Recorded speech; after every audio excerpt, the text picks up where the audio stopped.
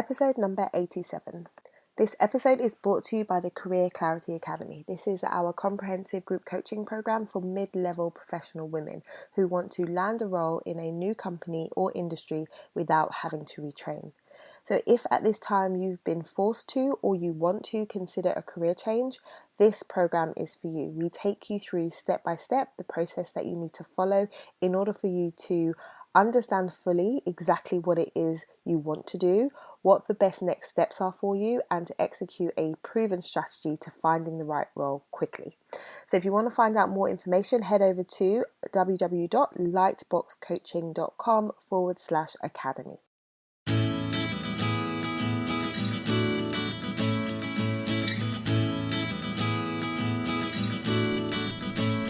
Hi, you're listening to the Careers Beyond Motherhood podcast with your host, Janine Esbrand. I'm here to help working mums like you to thrive in your careers and in motherhood. I share tips, strategies, and inspirational conversations with awesome women to help reduce the struggle in your juggle. Time for a say, Mummy. Hello, and welcome to the show. How are you doing? As I record this episode, it is the beginning of April. I am sitting in my bedroom and the sun is shining outside. It's a beautiful day, but we are on lockdown because of the coronavirus. And I just think it is amazing to me how quickly life has changed for everybody over the last month or so. And I recognize that for many people, there's a sense of shock, there's a sense of fear, of uncertainty around what's going to happen next and how we're going to get through this and what life's going to look like on the other side.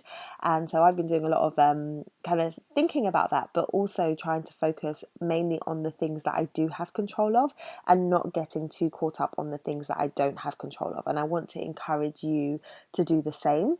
I've had a number of conversations with people who were either job searching before coronavirus hit or were contemplating a career change and thinking about it, but then saying, I think I need to just wait at this time. I think I just need to see how things pan out.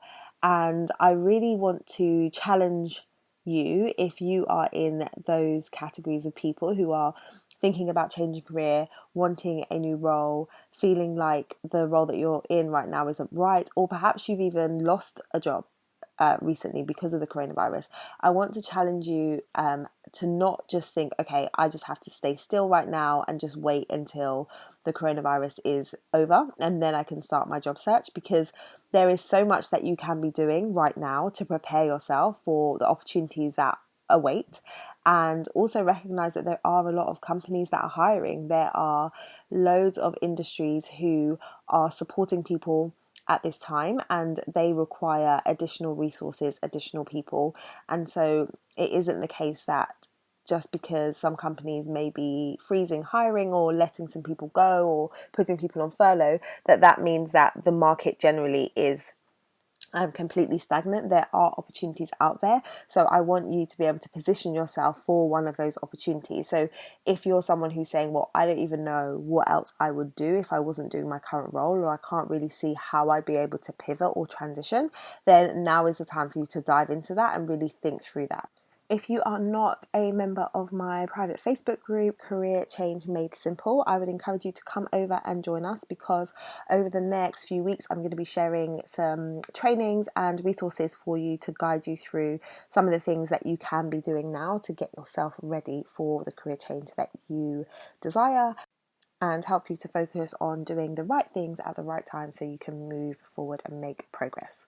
Okay, so on to today's episode. Now, one of the things that often comes up when people are job searching and are looking to land interviews is their CV and how they should be going about updating their CV so that they can get noticed. And I speak to clients about this a lot. There's a whole section in my group coaching program and in my one-to-one program where I walk people through what they should be doing with their CV.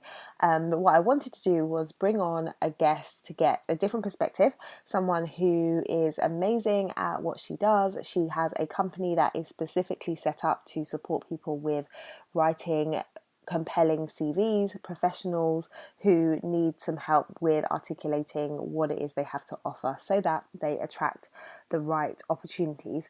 So I'm going to be speaking to Victoria Mclean. She runs a company called City CV, and we're going to be diving in and talking about the common mistakes that people make and how you can rectify those so that you can move forward in the best possible way and that you don't waste your time just putting out CVs and sending them out and not hearing back. We want you to be putting your best foot forward at this time. So in this episode, we're really going to help you to prepare and know what it is you should be doing with your CV so that it's a winning CV as opposed to just another one that lands on the pile that nobody looks at. All right, so without further ado, let's dive into my conversation with the amazing Victoria Mclean. Hi, Victoria. Thank you so much for being here. I'm super excited to interview you today. Could you introduce yourself and tell us a bit about you? Hi there. Hello, everybody. So all my life, I have worked within the recruitment and the career development sector. I started off my career in recruitment and then ultimately managing a recruiting team in Sydney for a while. And then I moved back to the UK, and things really changed for me when I had my first child, who's now almost 12. At that point, I'd been working in-house at Goldman Sachs. I was a recruitment manager at Bank of America Merrill Lynch, and at that time I was leading a lot of their recruitment up to a really, really senior level.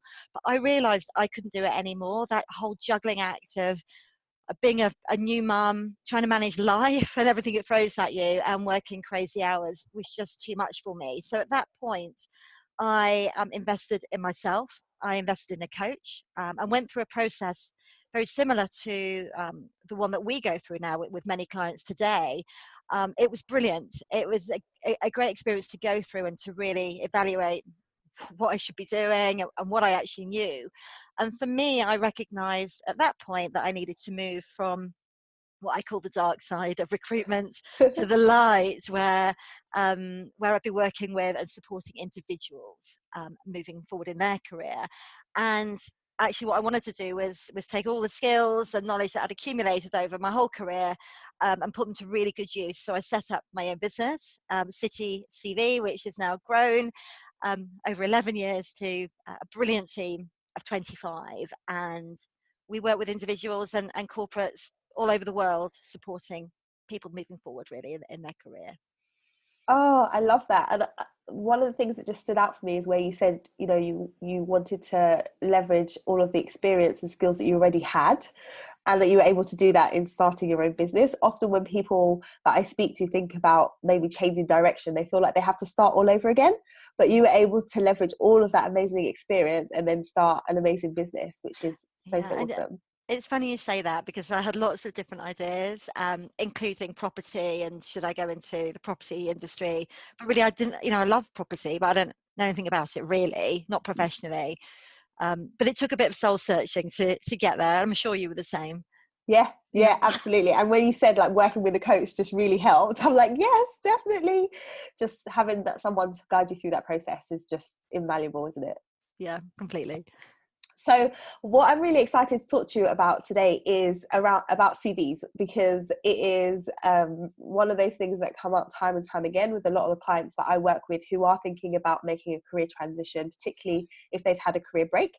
So I'd love to kind of ask you some questions around, how to do it the right way, because I think there's a lot of dated information out there about CVs and people don't always know how they should be approaching them in the right way.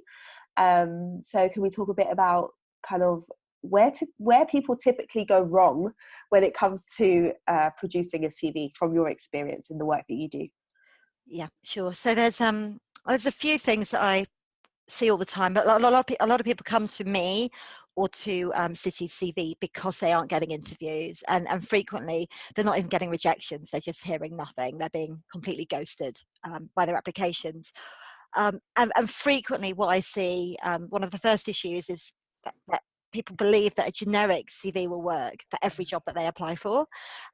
It won't. Yeah. I know you know that. You've got to tailor your CV to meet the requirements of each role that you apply for. So even though you might have a slightly more generic one on a job board, really generic CVs just do not work. And that applies to everybody, wherever you are in your career, whether you're a grad or a non-exec. We work with the whole stream of those. Uh, don't think you can have a one size fits all, because you absolutely can't. The other thing is, don't try therefore to cram everything onto 2 pages of A4. You need to pull out the best bits. So be really selective. You've obviously got to think about your achievements, but think, okay, what does my target audience need to know about me and what I've achieved? So every single achievement, everything you've ever done, doesn't have to go on your CV. It's all about your audience. What shows I am the perfect fit for this role, not just what have I ever done, and trying to cram all that in. Yeah. The other thing that's really, really important is the way that recruitment has changed and the way that CVs are screened nowadays. So in the past, it was always humans, and when I started off in recruitment, we didn't even have a computer in the office. It was very, very different all that time ago. But now computers are at the forefront of most screening, so you've got to beat the bots to Yeah. stay ahead, and that involves, I'm afraid, even more work, which is doing lots of keyword research for every role that you apply for, and ensuring that you have the right keywords in your CV that will ensure that the computer selects you, Yeah. and that way you get in front of a human, not just screened by an algorithm. Yeah. See, what you've said is, I'm like, yes, yes, yes. But I think for a lot of people, they're like, oh, that's a lot of work to then, tailor my CV for every role and have to think about keywords. But I think the attitude from some people is, I need to get as many applications out as possible. So of course, if you're going to try and apply for 50 jobs, it's going to be really hard for you to do that. But if you're more focused on specifics, and have like a few roles and do it well, you're going to, it makes more sense, right, in terms of the investment of time. That's my thoughts anyway. It does, and actually, generally, the kind of roles you're going for are going to be the same kind of roles. So if you're a expert in digital media, social media, or a marketing manager, the keywords are going to be the same for most marketing manager roles, or most digital media manager roles. It's when you're applying, let's say, for either marketing manager or something, project manager, or something else that's completely different, that's the point that you really need to think about those keywords. But a really, really good tip is to, when you're applying for a job, just to double check the language on that job spec and really try to mirror that language, if you can, as closely as you can to within your CV. I would say over the last 15, 20 years, I've absolutely perfected the art and the science, really, of getting that right and getting those keywords right. But it is worth putting the time into. You've got to get through and in front of a human, and then you can really do your stuff. Yeah, absolutely. Love it. So one of the things that comes up for people now, especially nowadays, is how to use LinkedIn in conjunction with your CV. So everybody knows they need to be on the platform, or they should be on the platform, but what should the relationship be between the CV that you're sending out and your LinkedIn profile? Do they need to mirror? What's it supposed to look like? It's funny, when I look at most LinkedIn profiles, they are almost a direct copy and paste from a CV. Yeah. And actually, that is not the way to use LinkedIn. So they need to, the language you use was great, mirror or complement or echo each other, but not repeat each other. So I like to think of LinkedIn as showing a little bit of ankle without going above the knee. So give a bit of a flavour of who you are, just enough to get that phone call, but don't give too much away. The CV, it's definitely more formal, much more, but you can be less discreet in terms of facts and figures, and we would normally write that without any pronouns and keep it very, very formal. The LinkedIn can be much more personal, much more informal. So I would normally, in fact, when we work with our clients, we don't help with their CV and LinkedIn. We write them for them. We're a team of writers and marketeers, so we write them, and we always write the LinkedIn in the first person. The idea being that you really give personality away. I know we're connected on LinkedIn and we chat to each other on the platform, don't we? Yeah. And I think the more personal you can be, the more that real relationships can be born from LinkedIn. And you do develop really nice relationships with other professionals and other people, but it's a personality that attracts you, and people like to engage with people. So I would absolutely say keep it much more personal and do your keyword research. I can't stress that enough, really. Yeah, Yeah, I love that. I love that analogy. So in terms of people who have taken a career break and they're at the stage where, you know, they're like, okay, I want to get back into work. This often comes up with people that I work with. They're not quite sure how they deal with that on their CV. So if you've taken a break, should you just be referring to that break, or like how do you manage that without kind of having people raise eyebrows and maybe think, is this the right person to get in for an interview? There's a few ideas that I have around that. I think the first thing to say though, and I'm sure you'll agree with me on this, I hope, is that actually, you know, rather than being a negative, when you are applying, returning, should I say, from a career break, it's actually a really exciting time. And it's a really pivotal time because you've had a career, however many years it may have been, you're now at a point where you can make a decision and go in all sorts of different directions. So rather than it being a moment of panic, which and I understand that anxiety, I've been there myself, and I've worked with many women and men who feel like that, but actually the market is really hot at the moment for returners. It's a really exciting time. Diversity is moving up the agenda. So hopefully you are feeling a little bit excited if that applies to you and you are heading back. What I would say is just be really upfront about the fact you've had a break. Don't feel the need to hide from it. Don't feel ashamed of it. Just be really open and honest. There's a few points on the CV where I've mentioned it. So firstly, at the very bottom of your summary, towards the top of your CV, I'd have a bullet point, really simple, following planned career break, now seeking to return to whatever it might be.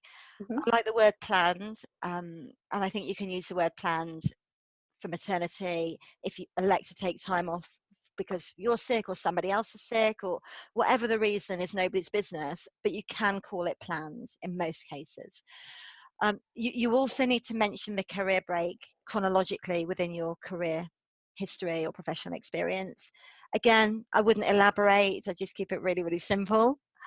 And if you have been involved in anything commercial during that break, I would also, you can then refer to that, the commercial experience. I talk to lots of people, don't know about you, but I've talked to lots of people who've had career breaks and helped friends with startups or done a bit of consultancy or maybe started some property development. So I would say anything commercial you can mention, but anything that's not commercial, I wouldn't put it in your professional experience.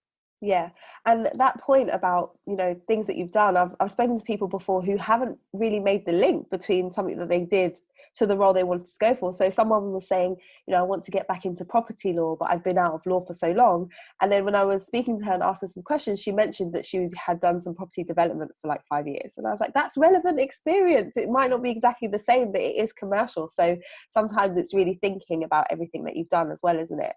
Completely. And thinking about property, I was working with a lady who was a ballerina in the Royal National Ballet, and she hurt her back and couldn't be a ballerina anymore, so she had to leave dance. She's fine, by the way. She's no longer injured, but she can't be a dancer. So she took this career break, developed a couple of properties in her break, and has now gone into the property sector. So combining all the transferable skills from ballet, which I'd never even thought of at the time, but that energy, that Wow. stamina, that networking, the communication, the planning, the prep, and alongside that, which was her hobby of property, she's now working in the property industry. So I would always say, think back to what you've done, what you do in your spare time, and the skills that you've developed through that, and apply those if possible. And actually, one way of doing that is by having a career break section on your CV, and Okay. within that, including anything exciting that you may do or may have done. Yeah, that's a really good point. So if someone's feeling overwhelmed by the whole kind of job search process and all of the different things that they have to sort out, like the CV, the LinkedIn, and maybe the cover letters, what would your advice be in terms of getting started and cutting out some of that overwhelm? Don't panic, and just take it one step at a time, I would say. Certainly what we do when we're working with clients is the first stage really is to undertake a bit of an audit. So skills, strengths, knowledge, what do you know? And really, really working through that and going through various exercises to recognize what you're good at. particularly women, we're very good at thinking that we're not very good at things. So talking that through with a friend or a coach can really help you establish just how good you actually are. So brainstorm of what you can do. Next stage, don't panic, like I say, just take it nice and slowly. But the next stage is to think about what motivates you, both practically, how much money do I want to earn? Do I need to earn? What kind of hours can I realistically do? Where do I want to work geographically? And think about the practical elements of your next job. And also think about what you really want to do. Do you love leadership? Is it about law? Is it about teams? Like, really break down your must-haves for your next job. And that needs to be a really good brainstorm again. And spider diagram on a huge big flip chart with a marker pen can really help. Yeah. And then once you know I call them ingredients, the perfect career ingredients for you, you can then start to build your recipe and work out what it is you want to cook and what that perfect role might be. And for example, I think you'll like this one. I can see you smiling. You have you might come up with, for example, flour, eggs, and milk, but you could make waffles, or you could make pancakes, or you could make Yorkshire pudding, or you could make choux pastry. So there's different things that you can make with those ingredients, but you can't make a chicken stir fry. So think about what the right ingredients are for you, and everyone's going to have different ingredients, and then you can start thinking about what you're going to cook and ultimately what that perfect job might look like. And then, and only then, really, can you start to build your CV and your LinkedIn and your marketing page. So I don't want it to sound overwhelming. You just have to take it in pieces, really, and work through it step by step. I love that, because often people jump straight to, oh, I need a job, so I need to sort out my CV. It's like, yeah, but you won't know what to put on it until you've decided exactly what it is you're doing. And I really think that your analogies are great. So not only should I send people to you for CVs, I should also send them to you for amazing analogies. Yeah. So good. The other thing to bear in mind, actually, just thinking about people going back specifically, is that over 75% of jobs now aren't filled through traditional channels. So particularly if you're going back to work and you might think, oh, well, I'll sign up with agencies or get up on the job boards. And yes, they're valuable things to do, but over 75% of roles are now filled through networks. So what's really, really important is that you go back and revisit the networks that you had professionally, thinking about friends as well who might be in particular sectors, and get yourself onto LinkedIn and start building networks on LinkedIn, joining the groups on LinkedIn, getting involved in conversations. All of those things will help you grow your network. Because that's probably how you're going to ultimately get your role. Yeah, Not absolutely. through the normal channels. The hidden job market is definitely the way to go. So Victoria, are there any sayings or phrases or words of advice that you've heard that you like to pass on, you'd like to share? There's one that I frequently use, actually, that I love, which was Einstein. And that is, if you always do what you've always done, you'll always get what you've always got. Yeah. And what that really means is that people will stick with what they've got unless there's a really, really good reason to switch. And if you think about physics, an object basically will stay in a state of rest unless something happens to move it on from there. So you've got to think about that when you think about banging your head against a brick wall in terms of your job search, your approach to your career. You might currently be working, but just not that happy in the role that you've got. So just think about how you can change things to really move it forward. Because if you keep doing what you've always been doing, nothing's going to change in your life. And actually, we've only got one life, and we've got to make the most of it, haven't we? Yeah, absolutely. That is brilliant. I love that. Love it. So if people want to either connect with you or find out more about the service that you offer, because I know for some people, they just think, you know what, it's too hard for me to figure this out on my own. So having someone like you to just come and do it for me would be fantastic. So how would people find out more about you and your service? So, of course, City CV on the internet, just www.citycv.co.uk, and LinkedIn. I'm on LinkedIn all the time, just Victoria Mclean, LinkedIn, and you'll find me there. And it'd be great to hear from you. Awesome. So I will put a link to your profile on LinkedIn and your website in the show notes, so people can check you out there. But thank you so much for joining us today. This has been really, really useful. Thank you, Janine. I hope you enjoyed that as much as I did. Victoria shared some real golden nuggets there, some simple, practical guidance for you to follow and get your CV in the right shape so that you can start attracting those opportunities. So if you were feeling overwhelmed before about getting out there and getting in front of people, hopefully now you feel calmer and you feel like it is totally doable. If you want to learn more about Victoria City CV and the service that she offers, then head over to lightboxcoaching.com/episode 87 and you can find all of the links in the show notes. Just a reminder that starting from this week, I'm going to be sharing some trainings and guidance on career changing in these uncertain times over in my Facebook group. So if you head over to lightboxcoaching.com/join, you'll be able to join the free Facebook group and you will be able to access the trainings that I'm going to be sharing over the course of the next few weeks. So I hope to see you there. Until next time, keep safe, stay home, and do everything that you need to do to keep yourself occupied, keep yourself well, keep your family well, and I look forward to connecting with you again very, very soon.